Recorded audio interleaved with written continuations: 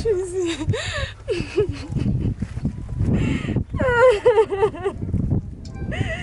Maman. Rossy.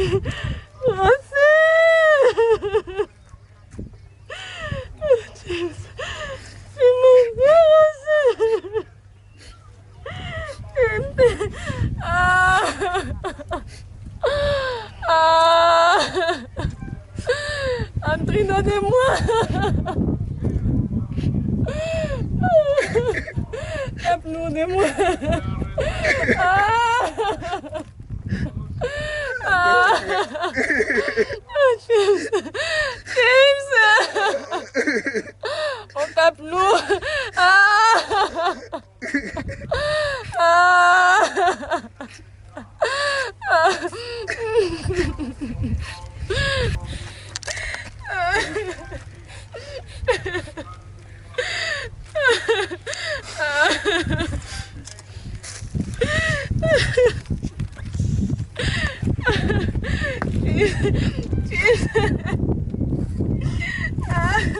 Tape-nous. Ah, tu m'as mort. Ah, Rossy. Ah.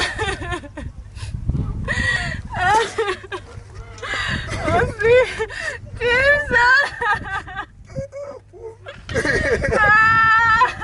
Ah. On tape l'eau. Ah, James, c'est moi. Ah.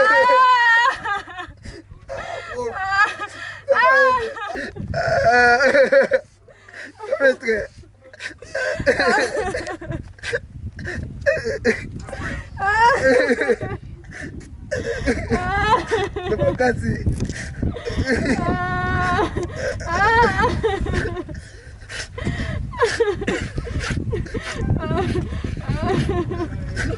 Koki batu kalau baik. Terus sampaikan lo sambil. Terus sampaikan.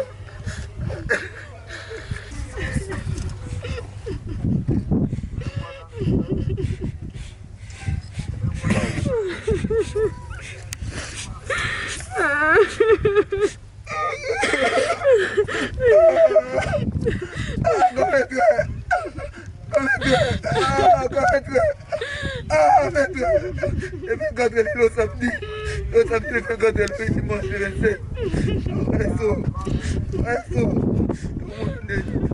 Tout le monde en dit.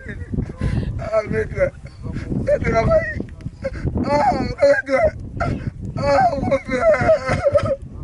Ah, comment tu vas aller? Ah, professeur, travaille. Ah, ça me remet sous un tolo. Avec un sous le banane. Ah, il y a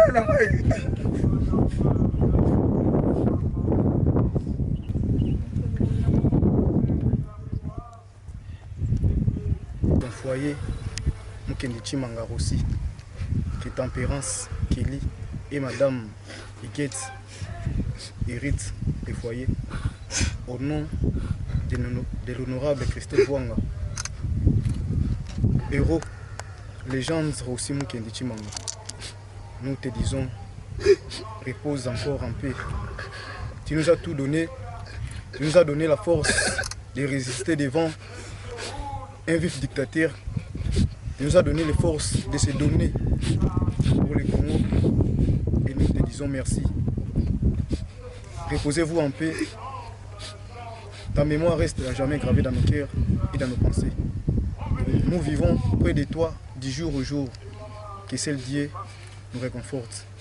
Merci aussi pour le tout. Merci aussi les héros de la résistance. Merci aussi les héros de la liberté. Nous te disons merci. Merci. Et nous n'oublierons jamais ton slogan. Les slogans qui donnent la force aux Congolais et l'espoir aux Congolais de revivre incessamment pour la lutte. Les peuples gagnent toujours. Jusqu'au bout, nous irons jusqu'au bout. Et on ne se laisserait jamais devant les dictateurs ou devant tous les maux qui rongent notre pays. Nous allons nous battre jusqu'à la réussite du peuple. Merci beaucoup les veillants. Le peuple gagne toujours. Le peuple gagne toujours. Le peuple gagne toujours. Le peuple gagne toujours. Merci aussi. Collectif 2016, où il y a le mouvement citoyen Yarossi, a créé Kiango Yemoko. Et l'autre, il a commémoré 2 ans de disparition Yarossi. Tant que Bandaka, la lutte, tant que na université, biso moko mutu atinda biso te, ba parents na biso bazo silikela biso. Tolinga koyoka marche te, tolinga koyoka conférence te, tolinga koyoka émission te, place nini, conférence, biso nyonso tokendaka tokutanaka, toyebana na ba mobilisation, toyebana na ba marche, mais toyebaka te que un jour les biso toya la Rossi. Rossi aza symbole, il y a toute une génération. Rossi c'est une image. Rossi aza loko a Martin Luther King nangai particulièrement. Ceux qui n'ont désespéré sont na kanisika Rossi, na on dirait souffle morasika et koti. Lelo toyena madame nae, toyena famille nae, toyena baninga nae, ba sœur nae, bandeko nae nyonso. Toye pona olaksa ke to kubosa na ka été. Ezaka ate pona anniversaire nende au mona biso ate. Tozalaka toujours avec Rossi, na ba esprit na biso, na ba pensée na biso, et nous allons nous impliquer, nous les amis des Rossi, pour kombo na ebungate de génération en génération. Bana na biso bakoya bayeba musala nini elenge mobali wana ou aloba le peuple gagne toujours. O eza slogan moko o eya ko révolutionner ba slogan nyonso na banda oloba. À part ba slogan toyoka ya makasi, le peuple gagne toujours et a ko symboliser victoire ya peuple, peuple a ko gagnaka toujours. Rossi alinga kimboka nae, Rossi alinga kibiso bandeko nae, baninga nae alinga kibiso yango abanda ko pousser biso toujours. Rossi azaki so amonio na TV, amoni yonga Rossi amonanga ka na TV nde nazoloba. C'était le premier on sala pas vers ngai pour non yebisanga que je te soutiens na landara ba intervention na télé na linga ko mingi. C'est comme ça que toyebana, mais il a fait asalango pa ngate, asalango peut pas battre belé. Ça veut dire que c'est un jeune illuminé, un jeune qui voyait là où nous biso to banda au monde na nute, et on va continuer. Tokoya po kombo Rossi et bungate bana na biso ba yebake qui lut dans Rossi. Nous nous disons toujours, biso toza ba défenseur ya droit de l'homme, biso toza ba activiste, biso to sala la vengeance te. Vengeance to e bien moté, mais nous sommes là pour la justice. Ce qui justice à mokili et boyo katela biso likambo a Rossi, justice à Nzambe et au ratete. Merci. Ya obaxizaka ke to yakiko la tombe ya premier conseiller na biso ya collectif 2016 et honorable Christelle Vanga a accompagné Kibiso et to sengi na justice congolais et à la cas ou problème ya justice pour na Rossi. Alors aza délicaté aza pe mutute ke avanda ki kakaboye a se retrouver na liwate. Izala ki pona bolingo ya mboka na ye nde e permeta ki ke lelo oyo Rossi azalate babeta masasi o ndenge munyonso ayebe. Alors tozo senga justice congolaise et sala musala na yango mutoyo a bomaki Rossi na balle réelle vraiment azala amonana et puis toyeba ye justice vraiment esa musala. Toyaki a na nécropole pour recueillir encore la tombe ya Rossi. On a un eloko moko ka ya ko loba. Na plus no merci na honorable Christophe Wanga na nenga accompagner biso. Donc merci infiniment honorable. Donc na message nanga nazo lancer mingi na président de la République. Rossi akufaki donc ils ont la cause moko ya PTT, cause moko simpleté. Ils ont cause moko noble o ya kufelaki. Attends que la veuve na eloko mususu na osengate na minute on a besoin de justice à Rossi Salem. Rossi justice na ye esalema. Pour na yoka ki na discours nazo répétant toujours que le baki année o eza année à action. Nga ina mona ka action moko na justice à Rossi. Action moko ka na justice à Rossi. Pour atiki donc bana o baroye ba mona ta sous sourire na été. O barotika la koye ba été alors on a gardé silence té ce qui justice à Rossi et salemité. On regardé silence té. obaki eza état de droit état de droit ngo eza pona nini te eza facile te bato nyonso baleka na moment onga na olekisa bayebi koma ezala bayebi koma paso esalaka na motema alors pasi na ngai ekosila juste nga na komona kaka moto oyo abomaki Rossi et pourquoi abomaki nazosenga justice yango nde moto eza solution nyonso eza solution vraiment ya nyonso au-delà ya tout justice à Rossi Salim.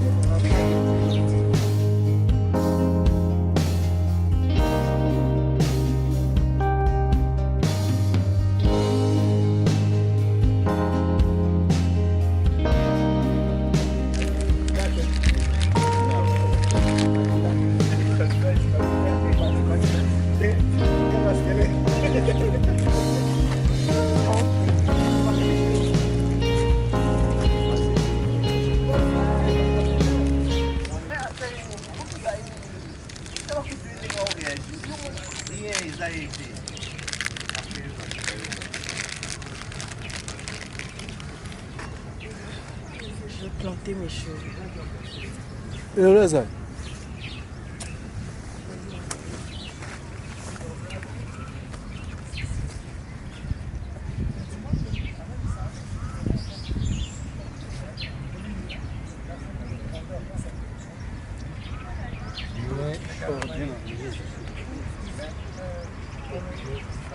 Tosepeli mingi ko yamba honorable Christelle Vwanga parce que biso toza ba volontaire tout ça là musala ko aider communauté na biso chaque dernier samedi du mois et to bengi sara mingi batu nyonso ba catégorie nyonso ba pasteur ba politicien ba nani mais souvent ils ne répondent pas mais nous sommes très honorés de recevoir l'honorable Christelle Vwanga qui montre qu'elle se soucie de la nature et de la jeunesse et nous sommes vraiment honorés de sa présence ici.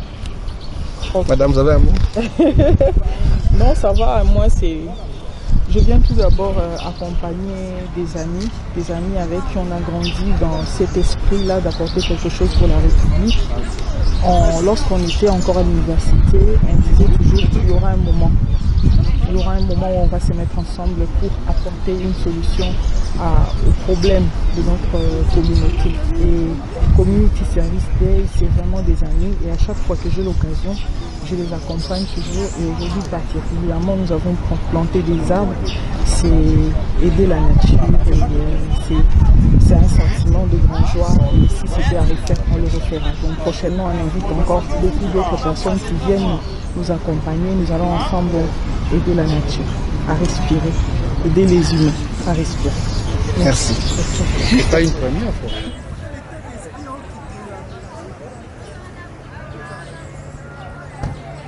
Merci bandeko balandi atokoma bibonde ezalaka wana ezali bona bo caster ya image ya cameraman die makesela onga benga rajika mona silembo ya solo solo mutarbo ya azate en confirmant meilleur cameraman ya tokomi wapi ya komina silembao okomi kaka na obenga ngoni na arrêt prison wana prison makala otuni kaka na zoluka jika bokomona ye cameraman de guerre na biso magazine tokomi wapi ezalaki bongo esongo mingi ya komona ba image ya dame de fer honorable Christelle Vwanga boyonde ezalaka omoni alaka kabino avant campagne na après campagne akotika bino te tala souci à peuple azanango ndeko akufa kala ba misu ba bosana bazoka marché bazoka cop ko sa ba vie na kombo ya Rossi Mukendi ya Thérèse Kapangala bolo bango susu botanga kasu kombo wana tala mama oyo ala la raté tozalaka kuna kokende kuna mwana bela eloko boele akiti ye wana uti kokompagne famille wana bino bozalaka api botika suki koloba boloba susu te Arma Tungu banda kufa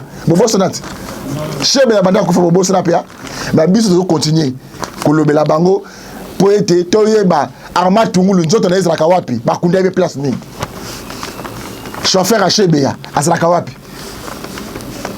tika ete bolanda sikoyo son excellence Justin Kalumba mwana ngongo ministre APMI na bokasite na ye ya ba recherche na ye ya koluka solution ba congolais bazala malamu microfinance autre bandeko bela butu moi be étranger bazoya nango ba expatrié bazoya nango mais les ministres congolais Justin Kalumba mwana ngongo to mona tanga na ministère ya transport awa lelo tozo na transco tozo na besoin de visa grâce ya ndeko yo lelo azoli biso crédit il y a plus de 100 millions de dollars microfinance ya ba congolais ministre apemeya bokasité ya congolais ezomo na pe ba Eli ya Maniema son excellence Justin Kalumba Molangongo bolanda bongo image na ye commentaire et ça pe grand frère na David ya RTNC.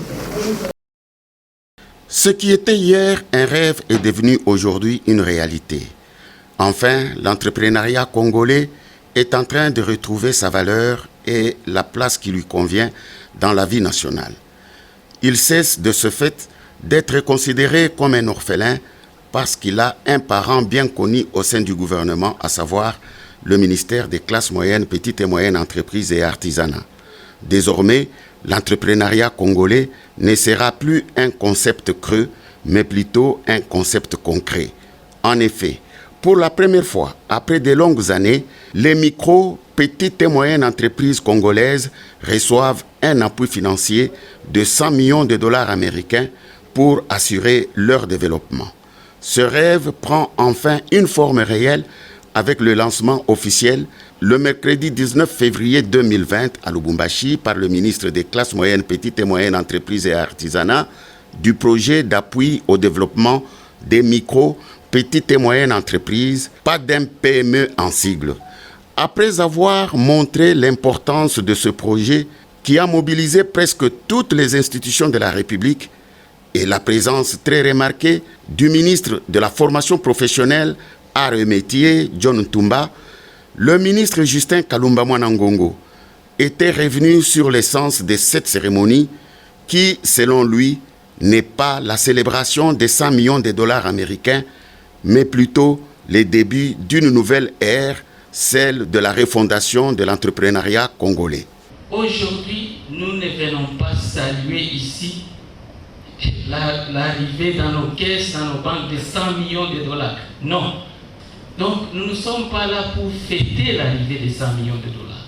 Nous sommes là pour fêter la pertinence d'une vision.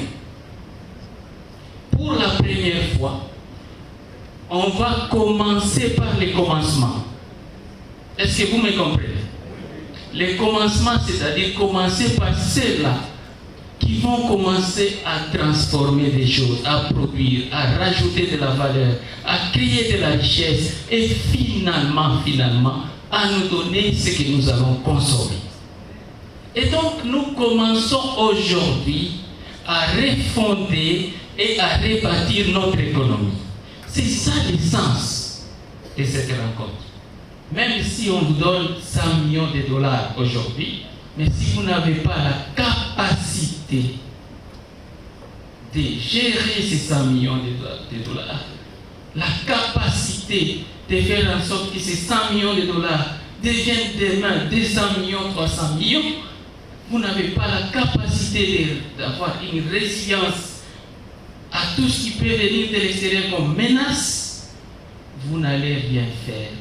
Est-ce que vous pensez que Coca-Cola avait commencé sa vie comme une multinationale? C'était une entreprise artisanale, une famille qui commence à fabriquer quelque chose, un breuvage.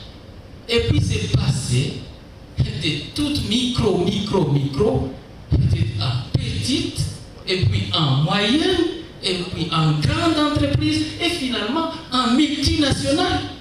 C'est ce qui nous a permis de partir de la Katoupa ou de la Rwachi, où nous vendions des choses sur une petite table. Aujourd'hui, on a un magasin, on a ceci, on a ça. Là, ça aura un sens, n'est-ce pas?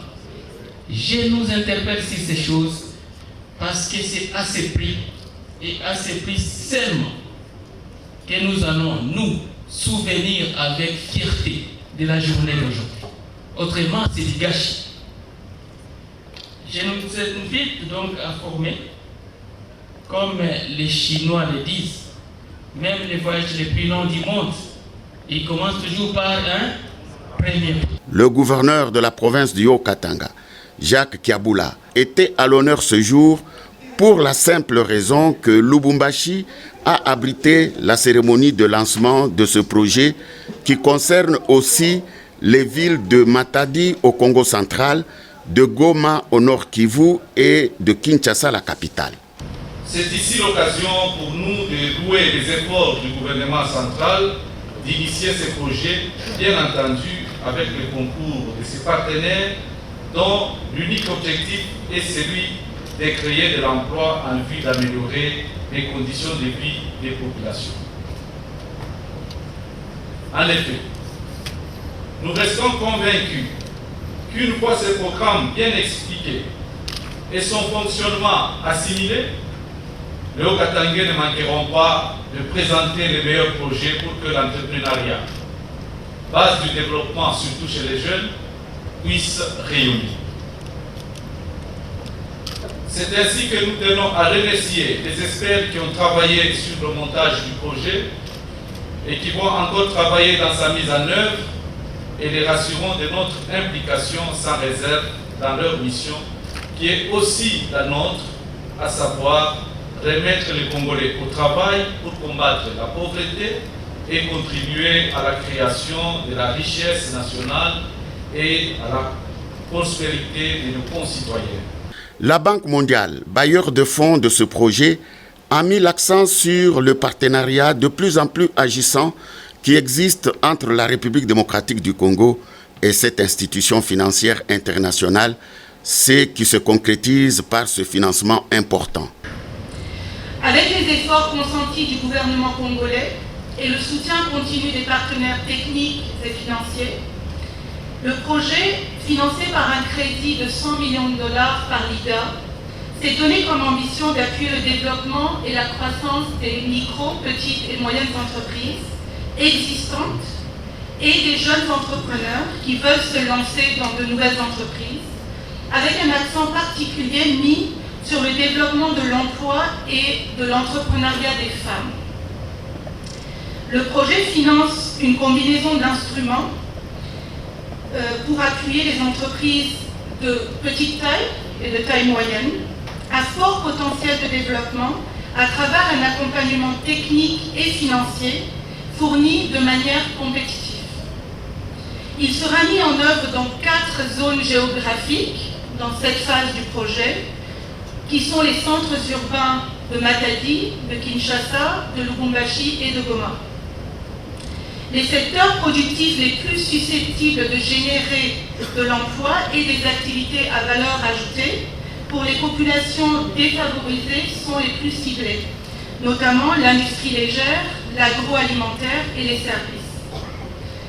Le projet bénéficiera également aux investisseurs de plus grande envergure qui bénéficieront, eux, d'une base améliorée de fournisseurs, ainsi qu'aux organisations d'entreprises membres et autres institutions par le développement de leurs capacités et le soutien au dialogue public-privé.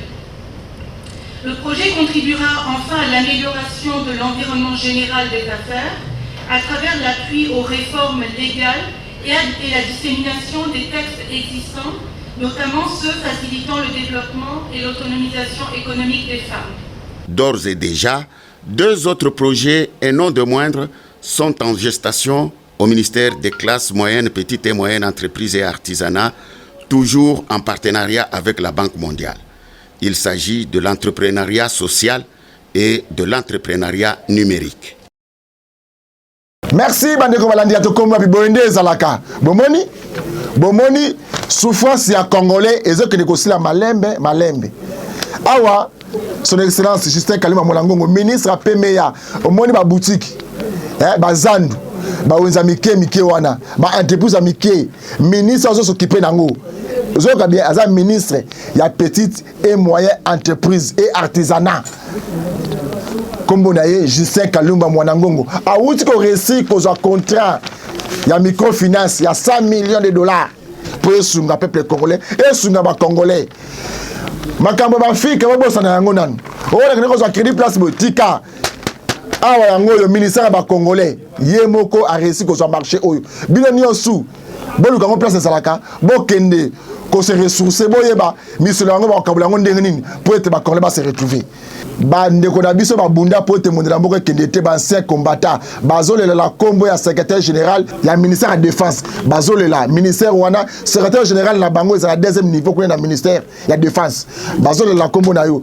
ba sengi mo konzamboko ya bango ba blessé de guerre nyonso ya Congo biso dans commettre le baka ba demini ngai awa na ya le ba politicien te politique bobo sana ngai nazani muta IDPS ni mutu a PPRD ni mutu soki ya SID ni eloko ba politicien bobo sana ngana makambo na bino ngana ko le peuple bobo sana peuple le aza licencié asa musa cabine peuple le aza licencié azo koteka na wenzo bozo buka air nyosu peuple le aza licencié azo teka agene Uganda